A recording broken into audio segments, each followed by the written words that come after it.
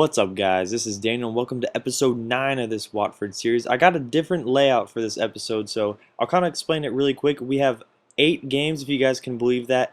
I'm going to kind of speed things up a bit. I'll probably do one of these episodes every once in a while to just kind of get through some games, and I'll show definitely all the highlights and stuff, as you'll see. But anyways, after that, we'll move on to viewer suggestions. So if you guys suggested something, maybe you'll see your name in there. Also, I will view the league tables, and that's as usual.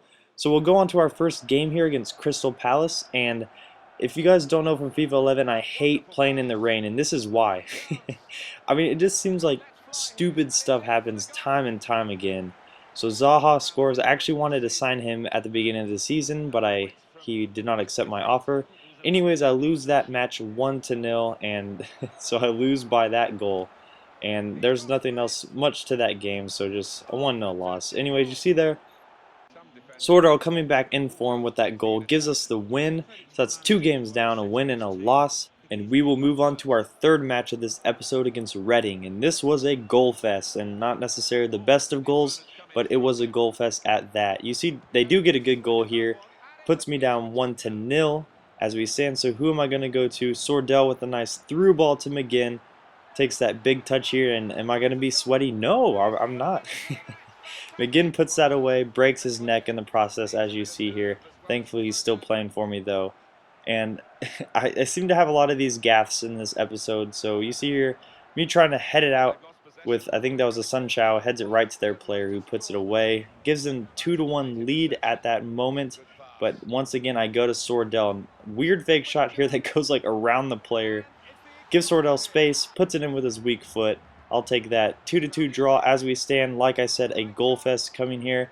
Sordell somehow finds a way to stick his foot in there and win that ball. Gets his second goal of the match. This is a really fast commentary. Am I even breathing right now? Yes, I am.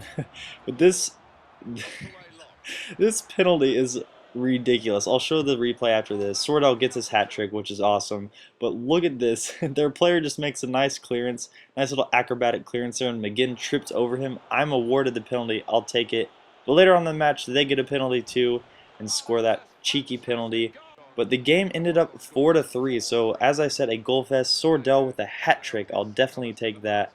Moving on to our next game. You see 90th minute here. So nothing had been happening the whole game. And I put in the Sun Chow to try to get this free kick here. I don't get it, and this is the second time this has happened. I don't know what's going on. This is like really never happened to me when I'm playing the computer. But Vyman ends up getting a goal, kind of a cheap goal, to be honest. I don't really appreciate that win, but I'll take the 3 points any way I can get it. Anyways, in the rain here, look at this cross and a hit by Eustace. That is a good goal. And Sordell, man, what are you doing? You need. Okay, I'll give you your time. Do as you please. All right, okay, you're not done yet. Okay, and we're back. Wow, a little weird there, Sordell. You need to sort things out. Anyways, we will move on. Good pass there by Asante. Finds Sordell cutting through the middle. He puts that away. Gets a goal there, and I win that game 2-0 against Peterborough. And I'll definitely take that. So I'm on a good little win streak here. And right here, going to be playing Hull City. They're going to get a quick goal here in the 12th minute with McLean. I actually have a friend that's named A. McLean, which is actually a little bit weird. Actually, he's not a friend anymore, but he went to my high school. Anyways, I digress. Nice little roulette there. Finds Sordell. This is right after they scored, you see, in the 14th minute. And that's a good finish. I'll take that.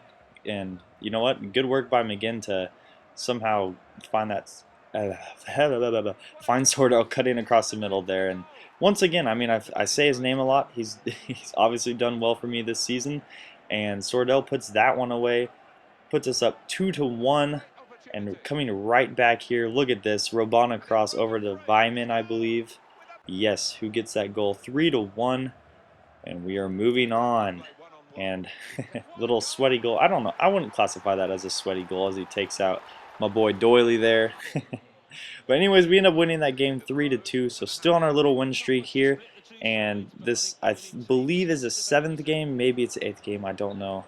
But this is a great goal by them. You see me there sliding in with Taylor thinking he's going to take that shot, but he just kind of does a little sidestep and puts that one away. I'm down 1-0 at this point, and a Sunchow there tries to get a nice long shot, and McGinn's there to find the back of the net. Our win streak is over with the draw there, but you know what? It's a point. I will take it. We'll move on here against Nottingham Forest, and a nice strike there puts me down 1-0. Anyways, guys, I'm going to lose this game 2-0, but I just wanted to say that if you did kind of enjoy this a little, because this is about 3 episodes packed into one, if you guys like this and want me to do this every other episode or something, then definitely let me know in the comments section, and I won't be doing it every episode, so we'll kind of go back and forth. Anyways, let's get on to some viewer suggestions. Seamplay 101 asks, please show us your youth academy. And lucky you, I just started my youth academy with that scout. I have signed 3 players now, so here's my youth academy. Good potential there, 72 to 90. I'll definitely be giving them playing time. Players become eligible at 16 years of age, so I'll kind of have to wait for those other 2 players if I want to play them. But you see there are some stats if you want to take a look. I think every month those stats become more clear and those gaps become smaller, and you kind of get a better idea of how good a player is. I'm kind of new to this whole youth academy thing, but hopefully, hopefully I'll find some good players that can fill in some gaps, maybe some substitution time or even some starting time depending on how they progress. And I mean, I love this. To me, this is what career mode is all about, finding players that no one knows of and building them up in your squad. It's fun to build a team around this type of thing. So as I add more players, I'll definitely be updating you guys on that. Keep your suggestions coming. This is awesome. I love when you guys throw out suggestions because it's definitely adding to this series, and I really enjoy it. So we'll go on to our second viewer suggestion, and that is from the Curry Boys 97. Can you show how much their stats have increased/decreased by pressing right bumper in the squad report? I did not know this. Thank you, sir, for telling me that. If you're a ma'am, then you probably should be the Curry Girls, not the Curry Boys. Anyways, so I'm going to kind of go quickly through this. If you guys want to pause at any point in the video, it would take a long time for me to go through every single player. So if you want to pause anywhere in the video to kind of view where my players have increased, I definitely love this feature, and I didn't even know about it. So thank you for that suggestion. And you see some players are actually progressing very well. And we'll get to Sordell, and I thought he was progressing a little bit better than he is, but and I was just thinking, we're not even halfway through the season, so here he is, Sordell right here. You see a lot of +3s, so that's definitely really good. His agility and acceleration have gone up, so definitely progressing, and hopefully by the end of the season, some of these players will grow 3 or 4 overall points, and maybe we'll add some new people because the transfer season is coming up quick. I think I have 5 games before January, so definitely get in your transfer suggestions, and I'll definitely take a look at the players that you guys suggest. League table here, still behind West Ham by 7 points. You see Birmingham closing in on me by 1 point. But guys, thanks for watching, and if you guys did enjoy this new little episode layout that I had here, then please let me know in the comment section. So we're going to kind of try to speed things up to get to the Premiership and sign some new players, transfer season being a very exciting part of this series. So put in your suggestions for that too, since I think it's 5 games away. Anyways, guys, thanks for watching. Leave a like if you enjoyed this. It does help me out so much. And once again, I will talk to you guys next episode.